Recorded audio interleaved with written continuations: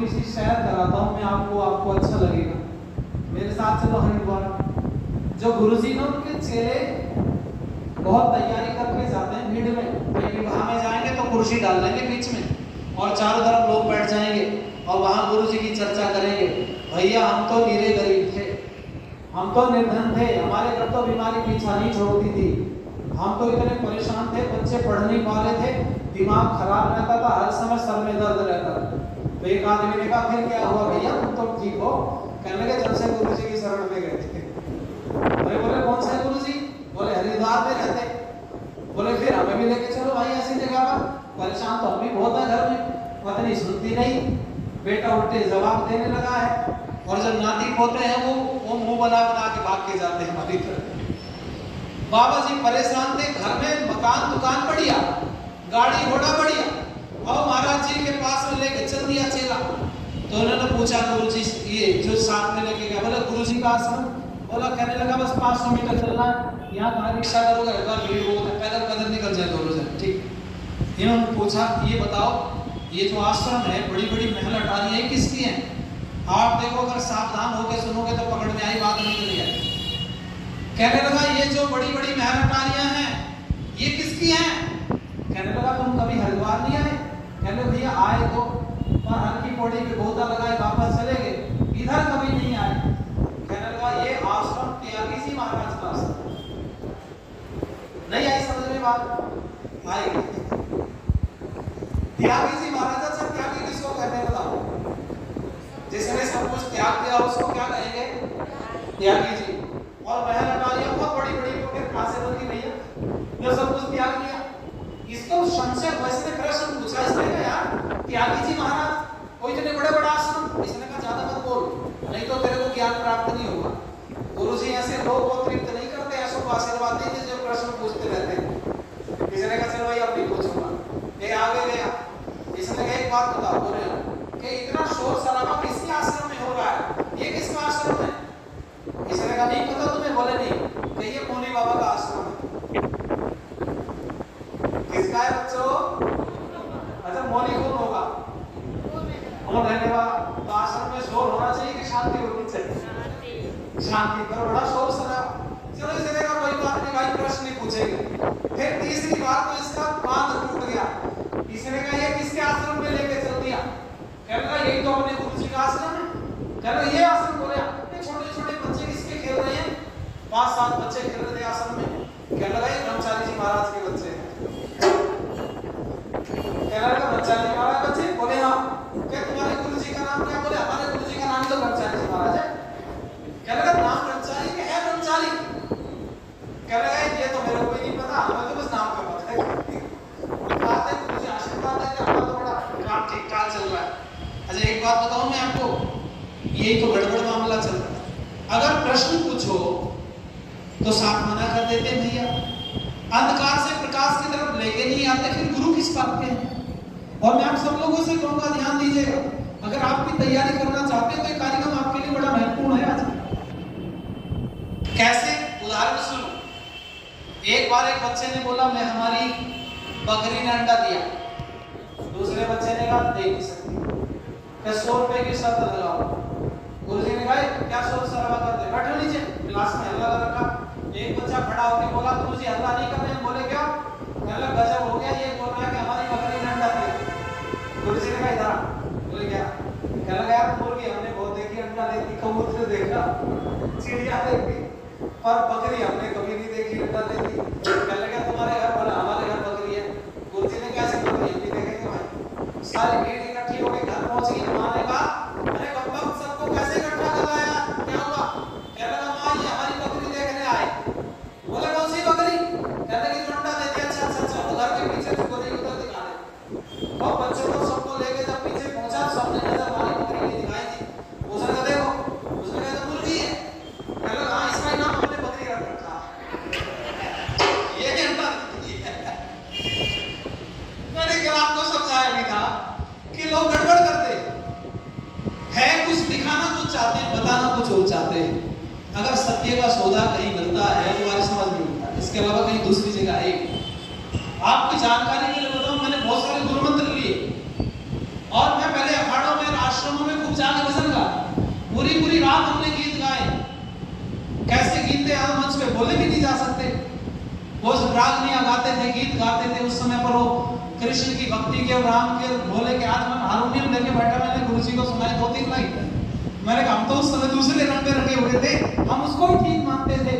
पर स्वामी दयानंद का जीवन चरित्र पढ़ करके पता चला कि हम तो अंधकार में जी रहे हैं। नहीं तो हमने खूब गाया, इकनी घेर नहीं मधुबन में श्याम तने कैसी खाने के। हम गाते थे, सब ताली बजा के नाचते थे, तो सबको आनंद आता था। पर नहीं पाए, अपने आप खूब खूब पाप कमाया। अब जिस रास्ते पर हम चल करके आए, हम आपको बताना चाहते हैं, अगर आप तैयारी करना चाहते हो तो सुन लो ध्यान से। नाक बढ़िया चाहिए ना अगले जन्म में, कान बढ़िया चाहिए, हाथ बढ़िया चाहिए, आंख बढ़िया चाहिए, पैर बढ़िया चाहिए और बुद्धि बढ़िया चाहिए। तो मेरी बात गांठ बांध करके ले जाना। जो लोग पैरों से गलत काम करते हैं, गलत जगह चल करके जाते हैं, परमात्मा उनको पैर छीन लेता है। जो हाथों से गलत काम करते हैं, परमात्मा उनके हाथ छीन लेता है। जो आंखों से गलत काम करते हैं, उनकी आंखें छीन जाती हैं। और जो बुद्धि से गलत काम करते हैं, वो अगले जन्म में मूर्ख पैदा होते, उनके पास बुद्धि नहीं होती। इस जन्म में जो कुछ कमाई करोगे वो साथ जाएगी। कौन कहता नहीं जाती साथ? तो एक बार कभी दूसरे से कंपेयर करके देखो अपने आप को, आमने सामने खड़े होकर के कभी शक्ल सूरत का मिलान करो, कभी बुद्धि का मिलान करो, कभी अपने शरीर को देख करके मिलान करके देखो, ऐसा ही क्यों है? एक कहानी आती है, एक सियार दूसरे सियार से बोला किधर। उसने कहा भूख लगी है। गंगा के किनारे दोनों टहल रहे थे। उसने कहा यहाँ कहां से तुझे खाना ला के दे दूं? उसने कहा कुछ तो दे दे भाई। एक नजर पड़ी, उसने कहा देख ये गंगा जी के किनारे किनारे एक मनुष्य की लाश बहती हुई जा रही थी। कई दिन का कोई डूबा हुआ था, फूल गई लाश। तो इसने कहा इसको पकड़ ले। तो जो किधर भूखा था उसने कहा नहीं इसको नहीं खाऊंगा। बोला क्यों नहीं खाएगा? कहने लगा पता है क्या खाऊं इसका? उसने कहा पेट में इसके पैर खा ले। दूसरे किधर ने कहा भूखा मर जाऊंगा, ये मनुष्य के पैर नहीं खाऊं। बोले क्यों? कि पैरों से चल के कभी अच्छी जगह पर गया नहीं है, जब भी गया गलत जगह पर गया, मधुशाला की तरफ गया, इसलिए इसके पैर खाने योग्य है। अरे पिछले जन्म में गड़बड़ की, अपने कीचड़ बन गए। अब भैया मैं अपना स्तर और गिराना नहीं चाहता। दूसरे कीचड़ ने कहा ठीक है भाई, पैर नहीं खाना चाहता, हाथ खा ले। कहने लगा ना ना, हाथों से कभी दान नहीं किया, अच्छा काम नहीं किया, कभी पुण्य नहीं किया। हम तो माता जी के घर ठहरे रात को, बढ़िया आराम से नींद आई। सुबह उठ के भाई हवन कर लिया, भाई बढ़िया परोठे खाए माता जी के घर। और हम निकल आए, देखो माता जी नहीं बोली, यहाँ के जबरदस्ती लिफाफे पकड़ा दिए। मैंने कहा किस बात के? माता जी ने कहा तुमने मेरे घर भोजन किया था। तो मैंने कहा दांत घिसाई। दांत घिस गए होंगे भाई थोड़े बहुत। माता जी ने दे दिया। पर मैं आपकी जानकारी के लिए बताऊं, वो कहता है कभी हाथों से दान नहीं किया इसने। ये तो दूसरे की इज्जत आबरू के लिए हाथों का प्रयोग करता रहा। इसने कहा कान खा ले, बोले सत्संग नहीं सुना। कि नाक खा, बोले गलत चीजें सुनता रहा। इसने कहा आंखें खा ले इसकी। कहने लगा आंखों से कभी अच्छा देखा ही नहीं इस दुष्ट ने। कहने लगा तो पेट खा ले। इसने कहा पेट की वजह से पापी किया इसने सारा जीवन। बोलता रहा पापी पेट का सवाल है, इसलिए तो पाप करता रहा। आखिरकार गीदड़ ने खाने से मना कर दिया। एक निष्कर्ष ये निकल करके आता है, ये तो बात झूठी है कि सच्ची है, लेकिन कभी का समझाने का तरीका होता है। और वो ये समझाना चाहता है आपको कि देखो ऐसा ना हो कि कभी अंत समय में दूसरे जीव जंतु भी तुम्हें हाथ लगाने से मना कर। शरीर को ऐसा करके जाओ, कम से कम जो जीवन में किसी का अच्छा ना कर सको तो कोई ये तो ना कहे कि बड़ा बुरा आदमी था चला गया। अगर तैयारी करना चाहते हो तो ये आपके काम की बात है। जो शरीर मिला, एक शब्द सीख लो जीवन में, सदुपयोग। क्या बोला बच्चों मैंने? दो शब्द हम बड़े सुनते हैं, एक पाप और एक पुण्य। पाप शब्द क्या है? अरे जो परमात्मा की दी हुई वस्तुओं का दुरुपयोग कर लिया, वही पाप। आज हमारे बीच में प्रधान माता जी उपस्थित हो गई है। स्वास्थ्य थोड़ा सा ढीला था, पर वो अब देख के नहीं लग रहा ढीला। ताली बजा के स्वागत करते हैं माता जी। अरे माता जी ठीक है, आओ सब लोग मिलकर के गुरगुराओ मेरे साथ, अच्छा लगेगा। सत्संग की गंगा में जो लोग नहाते हैं, सत्संग की गंगा में जो लोग नहाते हैं, पापी से पापी भी पावन बन जाते हैं। सत्संग की गंगा में जो लोग नहाते हैं, सत्संग सत्संग की गंगा में जो लोग नहाते हैं, सत्संग की गंगा में जो लोग नहाते हैं, जो लोग नहाते हैं, जो लोग नहाते हैं, पापी से पापी भी पावन बन जाते हैं, पापी से पापी भी पावन बन जाते हैं, सत्संग की गंगा में जो लोग नहाते हैं। ऋषियों ने मुनियों ने इसकी महिमा गाई, ऋषियों ने मुनियों ने इसकी महिमा गाई, सत्संग में जीवन है ये बात है समझाई, सत्संग में जीवन है ये बात है समझाई, ये वेद बताते हैं, ये वेद सदग्रंथ बताते हैं, सत्संग की गंगा में जो लोग पापी से पापी भी पावन बन जाते हैं। इसलिए सावधान होकर के सुनो भैया, अगर आप चाहते हो अगला जीवन अच्छा हो तो तैयारी अभी से करो, क्योंकि आगे का कोई पता नहीं है। हम दम भरे जरूर, मकान बनाए जरूर 100 साल के लिए, हम और रिश्ते संबंध बनाए 100 साल के लिए। अच्छा 100 से कम हमारे पास में कोई गिनती नहीं है। हमने कहा भैया रिश्ता कर दो वहाँ पर अच्छा है, कहने लगा आदमी ठीक नहीं है। मैंने कहा क्यों? अरे भैया 100 साल की नींव रखनी है। अरे बोलो आना तो करो, 100 साल की बात करता है। हमने कहा भैया मकान के ठीक करके बनाएंगे। बोले क्यों? भैया 100 साल की बात है। सारी चीजें मनुष्य की 100 साल से कम नहीं है, पर इस शरीर की कोई गारंटी है क्या? बोलो तो ये क्या पता नहीं कब चलते चलते कहाँ रुकेगी, और रुके तो डरना क्यों?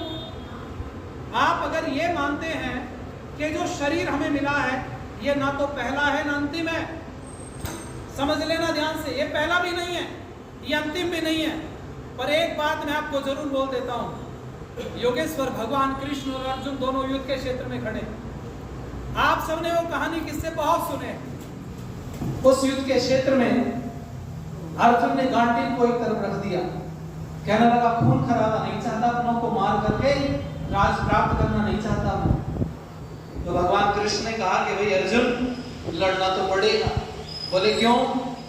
कहने लगे बहुत कुछ जीवन में छोड़ने लायक होता है और बहुत कुछ छोड़ने लायक नहीं होता। तो अर्जुन ने बड़ी सारी बातें कही, बहुत लंबा विषय है, वो सब चीजें तो आपके बीच में नहीं रख पाएंगे, समय का अभाव। पर इतना आप समझिएगा, अर्जुन ने प्रश्न पूछा महाराज आप कहते हो पोती नाती परिवार रिश्तेदार सब छूट जाएंगे, फिर दूसरा जन्म मिलेगा और दूसरे पारिवारिक होंगे, हमारे बेटा दूसरा होगा, बेटी दूसरी होगी, पति दूसरा, पत्नी दूसरी, सास ससुर माता पिता सब बदलेंगे। कहने लगा अर्जुन के सब कुछ छूट जाएगा तो युद्ध भी छुड़वा दो, फिर क्या फर्क पड़ता है? कृष्ण से पूछा किम कार्यम न त्याजे, क्या कोई दुनिया में ऐसा काम भी है जो त्यागने योग्य नहीं है? तब भगवान कृष्ण ने अर्जुन से कहा हाँ अर्जुन, यज्जो दानम तपस्येव चरित्यमेव कार्यम न त्यजेत्। बोले 3 काम जीवन में कभी मत छोड़ना, पहला यज्ञ, दूसरा दान और तीसरा तप। पर इतना आप समझिएगा, अर्जुन के सामने कृष्ण ने मुंह खोला और मुंह खोला तो पूरा ब्रह्मांड दिख गया और अर्जुन डर करके फिर युद्ध करने लग गया। ऐसा आपने देखा सुना।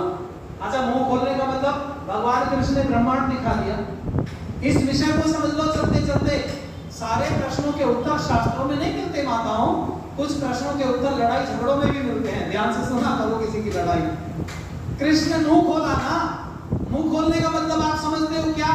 रामानंद सागर जी ने बनाया और उन्होंने दिखा दिया पूरा ब्रह्मांड, पृथ्वी आदि सब घूम रहे हैं। जब पृथ्वी के अंदर घूम रही थी, फिर ये कृष्ण और अर्जुन कहाँ खड़े थे भैया?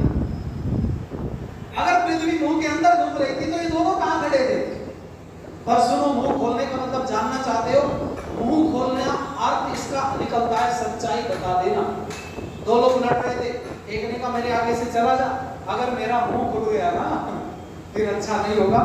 मैंने कहा मुंह खुलेगा तो तीर चलेंगे, एटम बम चलेंगे, AK-47 चलेगी, कोई बम फेंकेगा। बोलो यह सच्चाई बोलेगा? बोलो जरा भाई, इनमें से अर्थ क्या निकाला जाए? अगर मुंह खुलेगा तो सच्चाई निकल कर गया, वो सच्चाई बताई। तब अर्जुन को पता चला, उन्होंने कहा जो तुझे मिली है ना ताकत, ताकत ये अगले जन्म में मिलने वाली नहीं है। क्यों? अगर इसका दुरुपयोग करेगा, तेरे को ताकत परमात्मा ने दुष्टों को नहीं मारेगा तो अगले जन्म में ताकत नहीं मिलेगी। राजा के घर पैदा हुआ, अगली बार रंग के घर पैदा होगा। और मैं आप सबसे एक निवेदन करूंगा, वचनों के मोती हैं सत्संग के सागर में, वचनों के मोती हैं सत्संग के सागर में, फल ही फल मिलता है इस गागर सागर में, फल ही फल मिलता है इस गागर सागर में। इस ज्ञान सरोवर में, इस ज्ञान सरोवर में जो डुबकी लगाते हैं पापी से पापी भी पावन बन जाते हैं। सत्संग की गंगा में जो लोग नहाते हैं, सत्संग की गंगा में जो लोग नहाते हैं, जो लोग नहाते हैं, जो लोग नहाते हैं, पापी से पापी भी पावन बन जाते हैं, पापी से पापी भी पावन बन जाते हैं। अर्जुन ने युद्ध किया, मुंह खोलने का मतलब कृष्ण ने सच्चाई बता दी और वो तैयार हो गए। मैं आप लोगों से बोल रहा था ये जन्म अंतिम नहीं है और पहला भी नहीं। अनेकों बार हमने जन्म लिया, अनेकों बार मरेंगे। कितने जन्म हुए हमें नहीं पता, कितने और होंगे हमें जानकारी नहीं है, कितने और होंगे ये तो परमात्मा को भी नहीं पता। आप शायद आपको लगेगा ये विवादास्पद बयान मैं छोड़ रहा हूं आपके बीच में, पर कभी बैठ के गहराई से चिंतन करना। परमात्मा हमारे भूत वर्तमान को तो जानता है, पर भविष्य के विषय में परमात्मा भी हमारे नहीं जानता। अगर परमात्मा भविष्य जानता तो हम लोग बैठे हैं ये पहले से निश्चित होता। कौन आएगा कौन जाएगा ये भी निश्चित होता। हमारे बीच कौन आ गया नया, कोई चला गया ये भी निश्चित होता। और किसी का कोई अपना बिछुड़ जाता तो कोई रोता नहीं। क्यों? क्योंकि परमात्मा ने ऐसे ही पहले से फिक्स कर रखा था, इसलिए रोने की कोई आवश्यकता। ये आपका रोना बता रहा है, रोना बता रहा है मनुष्य का कि परेशान है। हमने कहा क्यों जल्दी चला गया। मैंने कहा ऐसे ही लिखा हुआ था, ऐसे ही फिक्स था प्रोग्राम, कोई मानने को तैयार ना। बोलते जरूर है लेकिन जब अपने पर बीतती है तो कोई नहीं मानता। किसी की गाड़ी में टक्कर लग गई, भगत जी कहते थे जो कुछ होता है भगवान करता है, जैसे भी होता सब भगवान के हाथ में है। जब टक्कर मार दी तो भगत जी थाने में पहुंच के रिपोर्ट लिखा के मेरी गाड़ी ठोक दी। किसी ने कहा भगत जी आप तो रोज उपदेश देते हो, भगवान जो कुछ करता किससे कराता क्या करवाता सब तो उसके हाथ में, फिर क्यों रिपोर्ट कराते हो?